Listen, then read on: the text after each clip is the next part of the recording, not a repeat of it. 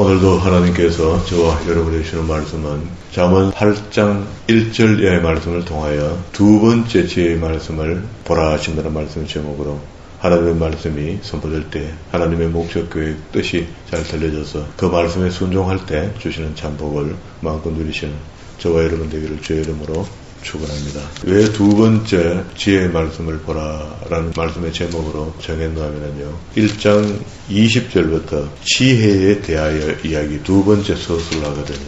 이 잠언서 안에 지혜의 말씀이 많이 있거든요. 지혜가 길거리 서르며 광장에서 소리 높이며 하면서 지혜에 대한 이야기를 이야기하면서 구체적으로 이야기할 때 지혜를 권면하면서 지혜에 대해서 왜 이렇게 무관심하냐. 2장 1절에서 내 아들아 내가 만일 이렇게 하면서 지혜가 얼마나 유익한 줄 아냐. 지혜를 따라줄 때 유익하다. 3장 1절에 다시 또 내 아들아 지혜자가 축복을 받는단다 하고 3장 26절까지 지혜를 이야기했거든요. 그리고 3장 26절의 끝에다가 8장 1절로 간다 하고요. 오늘 이제 8장 1절 말씀을 읽었잖아요. 지혜가 부르지 아니하냐 명찰이 소리 높이지 아니하냐 하고 두 번째 챕터에서 다시 또 지혜에 대한 이야기를 연결해서 하거든요. 그 중간에 이런 말씀들이 있었다는 겁니다. 이걸 분해하니까 게으르지 말라 하나님을 미워하는 행위가 있단다 하고 이렇게 지난 시간에 우리가 봤고요. 여기 8장 1절부터 지혜 이야기를 이것도 역시 소주제를 정해서 이야기하는데 지혜를 안다는 것은 얼마나 그 탁월함인 줄 아냐. 지혜의 탁월함에 대해서 이야기하고요. 그리고 22절부터는요.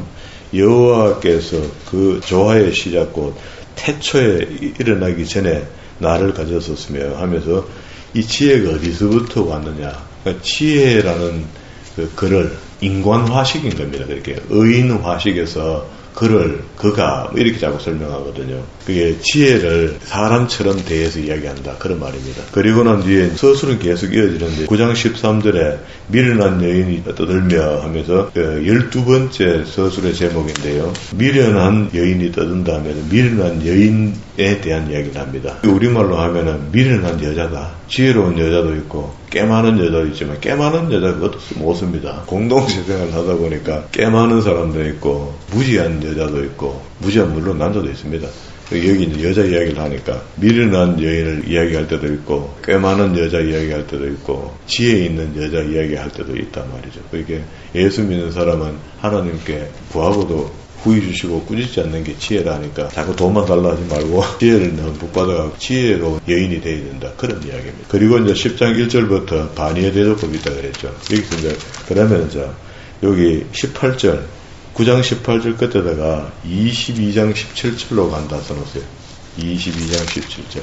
반의어 대조법하고 동의어 대조법이 지나가고 나면은요. 22장 17절에 오면은 너는 귀를 기울여 지혜 있는 자의 말씀을 들으며 내 지식에 마음을 둘지니라 하면서 두 번째 다시 또 지혜에 대한 이야기를 해요. 덩어리를 보면 쉐덩어리가 되죠. 여기서 이 지혜 있는 이야기를 세분화해서 36가지 주제를 가지고 계속 이야기합니다.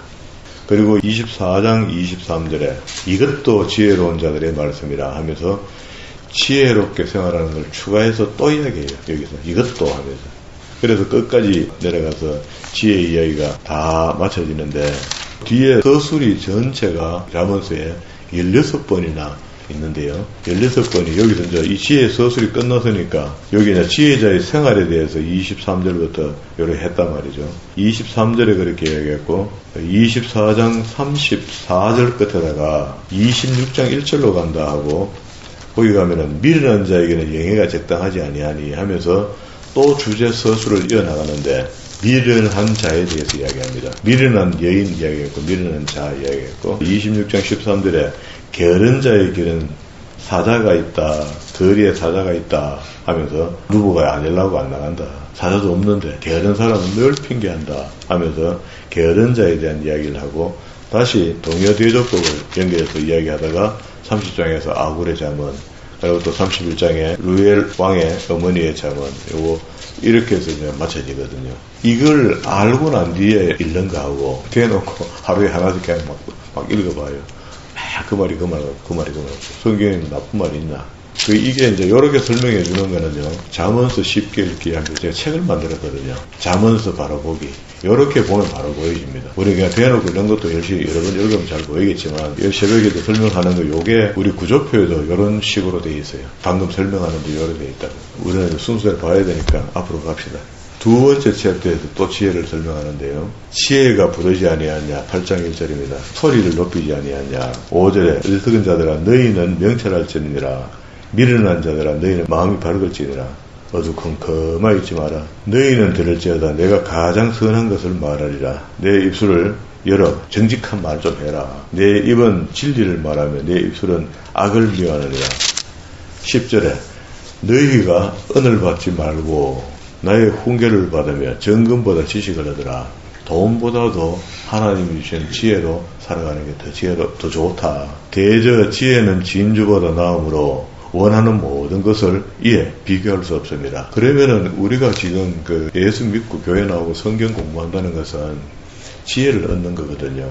지혜를 얻는 것인데 지혜도 필요하지만 하나님 돈도 필요합니다. 이 정도 되면 안 돼요. 돈이 자꾸 앞에 가리면은요. 돈이 도망을 갑니다.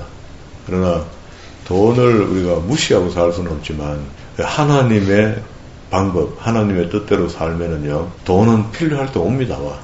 그래서 우리가 사용할 수 있도록, 달란트거든요. 하나님이 주셔야 되지. 우리가 노력해서 버는 건 한계점도 있고요. 그래도 풍요롭지도 않습니다. 고생스럽지. 너무 돈에 대한, 이 세상에 살면서 돈이 없어서 못 산다, 계산하면서 돈에 애착하면은 아주 피곤해집니다. 그게 계속, 저는 돈 안 애착 안 하고 싶겠습니까? 돈이 있어야 옷도 하나 사입고 하는데. 그런데도 어느 때 되니까 말씀이 우위가 되더라고. 앞서기 시작하더라고.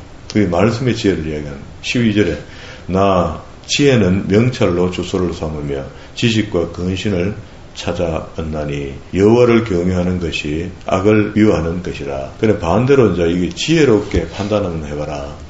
하나님 경외하라고 성경을 계속 명령하잖아요. 이 명령의 말씀이 오경 속에서도 시작돼서 그 명령이 잘 시행되지 않는 이스라엘 백성들에게 하나님께서 주전 777년에 북왕국을 멸망시키고 586년에 남왕국을 멸망시켜서 바벨론으로 포로로 잡아냈잖아요. 70년 동안 갔다가 오면서 하나님 외에 다른 신이 없다는 것을 유대인들은 훈련이 됐는데 그 외의 것은 자기들의 하나님이라는 그건 계속 갖고 있는 겁니다. 그래서 유대인들이 다시 개신교로 돌아오기가 그렇게 힘든 겁니다. 그렇게 돌아온 사람을 메시냐주 하는데 그렇게 돌아오면 바로 믿기 시작하죠. 14절에 내게는 계략과 참 지식이 있으며 나는 명찰이라. 내게 능력이 있으므로 나로 말미암아 왕들이 치리하며 백성들이 공의를 세우며 나를 누구 지혜. 나로 말미암아 재산과 존귀한 자가 곧 모든 의로운 재판관들이 서리니라. 지혜를 갖고 다 드린다. 17절 나를 사랑하는 자는 지혜를 사랑하는 자들이 나의 사랑을 입으며 나를 간절히 찾는 자가 나를 만날 것이라. 부귀가 내게 있고 지혜를 의인화시키잖아요. 그러니까 지혜를 좀 구해야 되죠. 그냥 하나님 주시고 이거는 더 이상 탐사를 내가 안 먹겠다는 거니까. 장구한 재물과 공의도 그러하다. 그러면은 우리 이때까지 헛비렸네요. 매일 이거 내라 저거 내라 하는데 하나님 무엇보다도 종의 무지를 깨고 지혜를 주옵소서 하고 지혜를 구해놓으면은 지혜가 모든 것 다 갖고 있다. 지혜가 그죠? 내 열매는 금이나 정금보다 나으며 내 소득은 순금보다 나은데 어디 순금을 자꾸 합니까? 더 나은 걸 구해야 돼. 나는 정의로운 길로 행하며 공의로운 길 가운데 다니나니 이는 나를 사랑하는 자가 재물을 얻어서 그 곳간에 채우게 된다. 이게 하나님을 사랑한다는 것은 하나님을 경외하고 연결이 되어 있죠. 물론 경외의 뜻은 하나님을 두려워한다는 겁니다.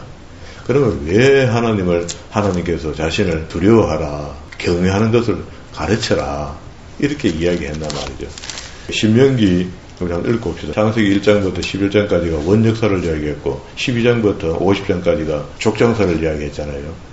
그리고 나서 그 족장들이 애굽에 내려갔다가 다시 나와서 이스라엘 나라가 만들어지는데 그 만들어지는 모든 과정이 훈련이 다 마칠 때쯤 하나님께서 모세를 통해서 유언 한마디를 할 때 그러면은 오경 전체 합산해서 결론이죠. 하나님이 전체 창조하시는 게 1장부터 11장까지 들어있고 12장부터 50장까지는 족장사인데 마지막에 이스라엘의 이름을 바꿔서 야곱의 이름을 이스라엘로 바꿔서 애굽에 내려갔고 애굽에서 430년 동안 있다가 출애굽해서 광야에서 하나님을 만나고 민수교회에서 훈련받고 난 뒤에 이래저래 엎치락뒤치락 하다가 죽을 사람 다 죽고 마지막에 살은 사람들을 모압 평지에 모아놓고 모세가 설교 끝에 신명기 31장 앞에 했던 율법의 해석들은 레위기 안에 있다든가 아니면은 출애굽기에 언약을 맺을 때 앞에 글로 써서 집어넣어 놓은 게 있어요. 그런 것들.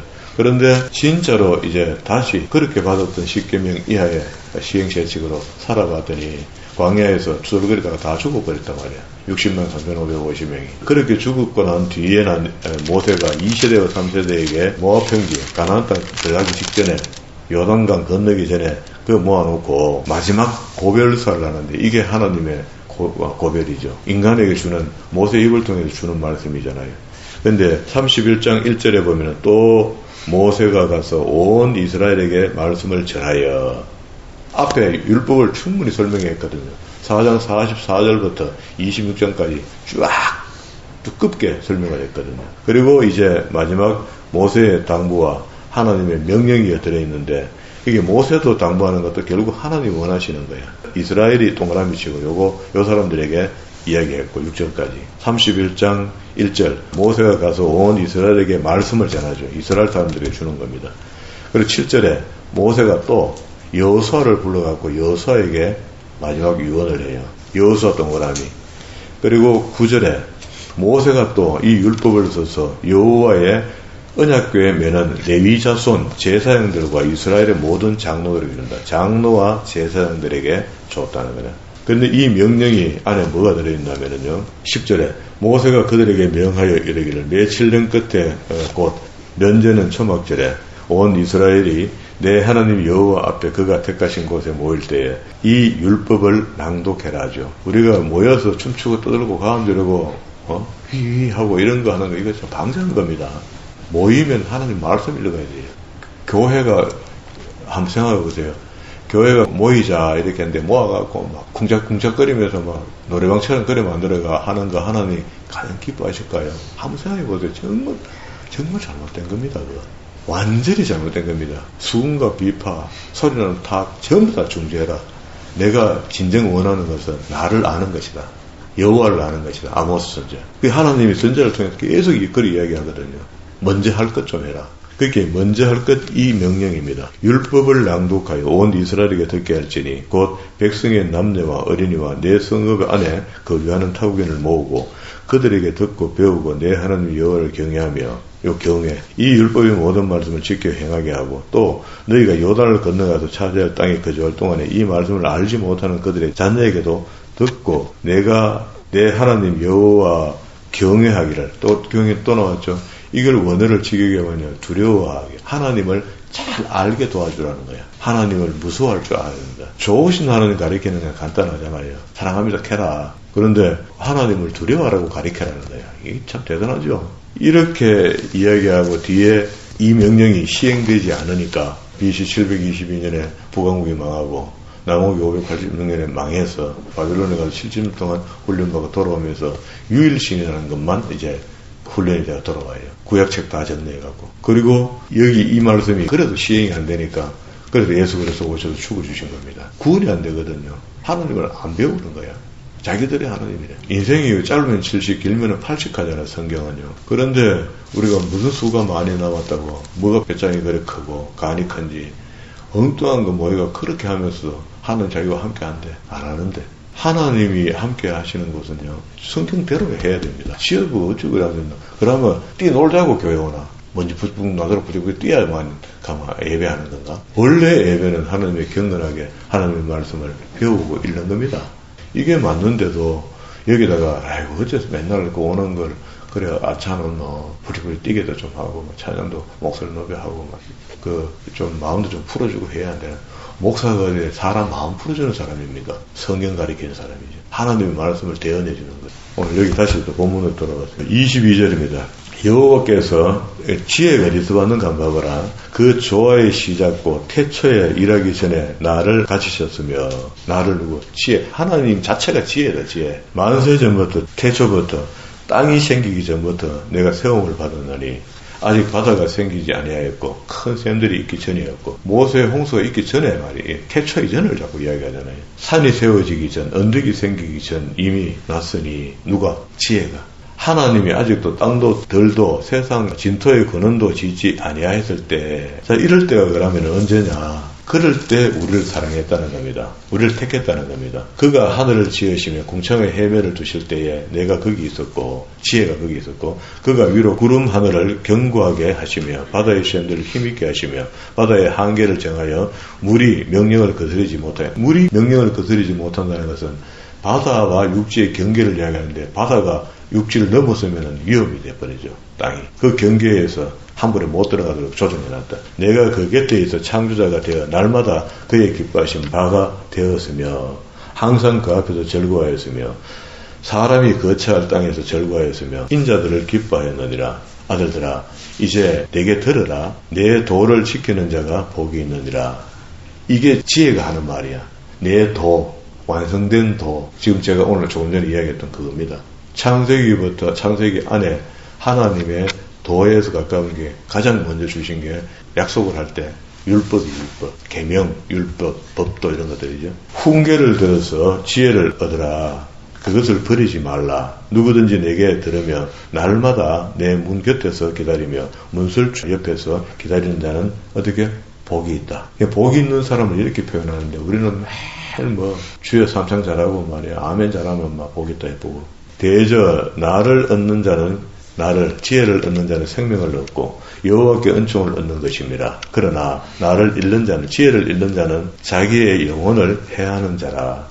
나를 미워하는 자는 사망을 사랑하는 사람이 된다. 그리고 세 번째 지혜의 초청입니다. 그러니까 그 지혜를 받아들여라. 지혜가 그 집을 짓고 7 기둥을 다듬고 짐승을 잡으며 포도주를 혼합하여 상을 갖추고 자기의 여종을 보내어 성중 높은 곳에 불러 이르기를 어리석은 자는 이리로 돌이키라. 또 지혜 없는 자에게 이르기를 너는 와서 내 식물을 먹으며 내 혼합한 포도주를 그 화려한 예식을 준비하고 지혜가 그래 여기 와서 좀 마셔라 이렇게 하는데도 안 온다는 거예요. 지혜가 교회 제가 성경 강좌를 준비하고 와서 좀 들으시오 이렇게 얘기하면 오 좋네 하고 모여야 되는데 안 온다는 거예요. 지금까지 게 작은 교회에서 유명하지도 않는 목사가 이렇게 하는 거예요. 어리석음을 버리고 생명을 얻으라. 명철의 길을 행하라 하느니라. 거만한 자를 징계하는 자는 도리어 능욕을 받고 악인을 책망하는 자는 도리어 흠이 잡히느니라. 그렇게 우리가 입조심하는 게 맞죠. 그게 지혜자가 하는 거라. 할 말을 줄이는 겁니다. 거만한 자를 책망하지 말라. 그가 너를 미워할까 두려우니라. 지혜 있는 자를 책망하지 마라. 너를 사랑하리라. 지혜 있는 자에게는 교훈을 더하라. 그가 더욱 지혜로워질 것이고 하나님의 말씀을 전하는데 그 성경 이야기 좀 적게 하고 경험 같은 거 간증 같은 거 좀 많이 하시지 그래. 예를 들어서 이렇게 되면 제가 이제 성경 못 가르치는 겁니다. 지혜의 말씀을 못 주는 거예요. 자꾸 엉뚱한 걸 바라면. 그런데 회중이 그렇게 안 바라면 못 하거든요. 의로운 사람을 가르치라. 그의 학식에 더하리라. 결론입니다. 10절. 여호와를 경외하는 것이 지식의 근본이요 거룩하신 자를 아는 것이 명찰이라. 나 지혜로 말미암아 내 날이 많아질 것이요. 지혜 속에 다 들어있네요. 장수도 들어있고요. 내 생명의 해가 내게 더하리라. 내가 만일 지혜로우면 그 지혜가 내게 유익할 것이나 내가 만일 그만하면 너 홀로 해를 당하리라. 어떻습니까? 지혜 한번 받을 볼만하죠. 하나님이 주시는 지혜가 그 지혜를 받았다고 해서 우리가 갑자기 IQ가 180, 190 돼가고 세계를 제패하고 빌 게이츠가 되고 이런 거 없습니다. 보편적인 은혜 가운데 하나님께서 지혜를 허락하면은요 교회에서 청년들에게 쇳머리가 되면은 존중받아요. 존중. 머리가 쇳머리가 되었는데도 아이고 저 사람은 개발도 안 된다. 저 집사람은 개발도 안 된다. 권사님도 개발도 안 된다. 이런 그 치부받으면 그 얼마나 슬픕니까? 점잖게 앉아있는데도 와서 이렇습니까 저렇습니까 하고 여쭤보고요. 이렇게 할게요 저렇게 할게요. 기도해 주세요 하고 그런 원로로 남아있어야 되죠. 장로라는 직분이 그런 거잖아요. 많이 아는 사람이 되어서 이제 뭔가 좋은 말을 해줄 수 있는 나이가 됐을 때 장로가. 그리고 밑에 있는 거 하나 더 봅시다. 13절에 미련한 여인 12번째 서술인데요.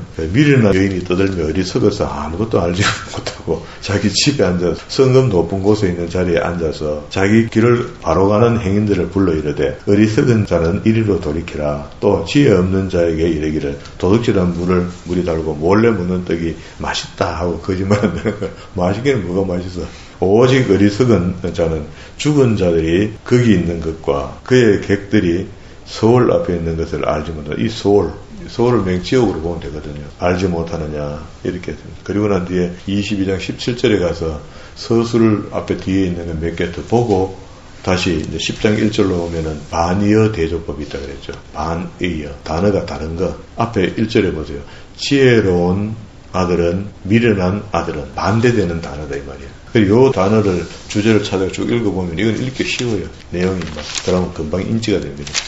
그리고 또 지혜의 말씀이 한 챕터가 뒤에 더 있죠. 더 남아있는데 우리가 앞에 있는 지혜의 챕터하고 이 중간에 있는 거하고 다시 세 번째 지혜에 나오는 거하고 연결을 다 읽으면 지혜가 풍성해지겠죠. 그걸 여러 번 이렇게 챙겨서 읽으면 참 좋겠다 싶어요. 다시 이야기하겠습니다. 1장 20절부터 지혜에 대하여 첫 번째 서술해 나가는 이야기 안에 3장 26절까지 요 안에 전부 다 지혜의 이야기 들어있습니다. 그리고 방금 우리 봤던 대로 8장 1절부터 9장 12절까지가 두 번째 지혜의 말씀이, 그리고 이 끝에 22장으로 가서 22장에 보면 지혜 가진 사람은 어떻게 사느냐. 너는 귀를 기울여 지혜 있는 자의 말씀을 들으며 내 지식에 마음을 둘지어다. 그러니까 하나님의 지식이라는 건 성경이잖아요. 거기다 마음을 두라는 거예요. 이것이 내 속에 보존하며 내 입술을 위하여 함께 있게 함이 아름다우니라. 지혜가 내와 함께 있을 때 내가 내게 여호와를 의뢰하게 하려 하여 이것을 오늘 특별히 내게 알게 하였노라. 솔로몬이 한 이야기인데 제가 읽으니까 오늘 선포를 이렇게 했습니다.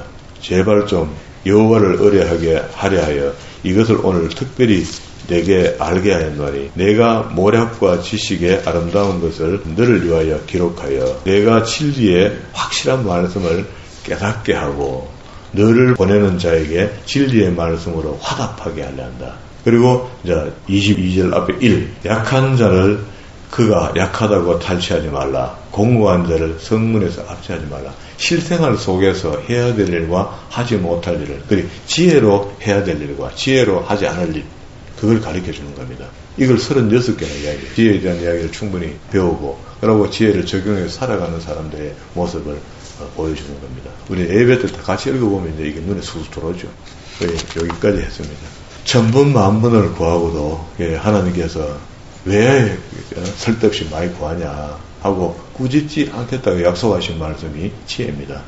지혜를 풍성히 꾸짖으면 지혜 속에 돈도 있고 금도 있고 삶도 있고 뭐 건강도 있고 장수도 있고 온갖 게 다 있다고 이야기합니다. 그런데도 우리가 이런 걸 알면서도 아는 것을 활용하면 안 해보고 무수히 그냥 보냈던 것 같습니다. 그래서 할 수 있다면은 오늘 하루 종일 그리고 또 생각날 때마다 하나님 성경에 지혜가 그래 좋다고 하는데 지혜 좀 주세요. 지혜 좀 주세요. 지혜 좀 주시면 안 되겠습니까? 제게 지혜가 필요합니다. 하고 진실한 마음으로 한번 구해보세요. 구해보시면은 반드시 하나님께서 지금보다 훨씬 지혜로운 사람으로 변화시켜 주실 것입니다. 그렇게 믿고 구하여 이 땅에서 따지는 IQ나 이 땅에서 따지는 학도를 가지고 지혜로운 사람이다 하고 따지기 전에 하나님의 말씀에 박식하고 하나님의 뜻에 합당한 삶을 살아들여서 하나님을 기쁘시게 하는데 더 지혜로운 사람으로 살아가다가 보면은 이미 내게 모든 것이 충족되어 있다는 겁니다. 그러니까 내가 하나님을 따라 선한 삶을, 그래서 선한 도구로 쓰임받고 있으면은 돈도 따라오고 건강도 따라오고 장수도 따라오고 다 이게 따라오도록 되어 있다라고 설명하거든요. 그래서 그 속에 보니까 그렇게 사는 사람을 지혜로운 사람이다라고 인정한 겁니다. 오늘도 하나님께서 지혜라는 단어를 의인화시키기 위해서 우리에게까지 알려주는 것은 그렇게 살아라는 겁니다. 그렇게 살아서 하나님의 선전판이 되어 하나님의 영광의 도구로 쓰임받는 저와 여러분 되기를 주의 이름으로 축원합니다.